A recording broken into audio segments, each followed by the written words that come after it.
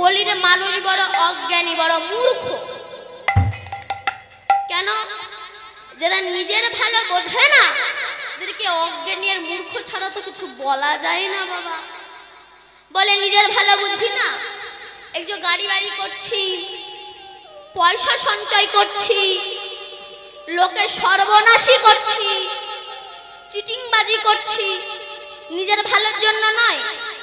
বলল বাবা, মৌমাছি না সারাটা জীবন কত কষ্ট করে কাঁটার সঙ্গে যুদ্ধ করে ক্ষত বিক্ষত হয়ে রক্তাক্ত হয়ে ফুল থেকে মধু তুলে নিয়ে আসে। কিন্তু মৌমাছির ভাগ্যে কি মধু সেবা করা হয়? হয় না।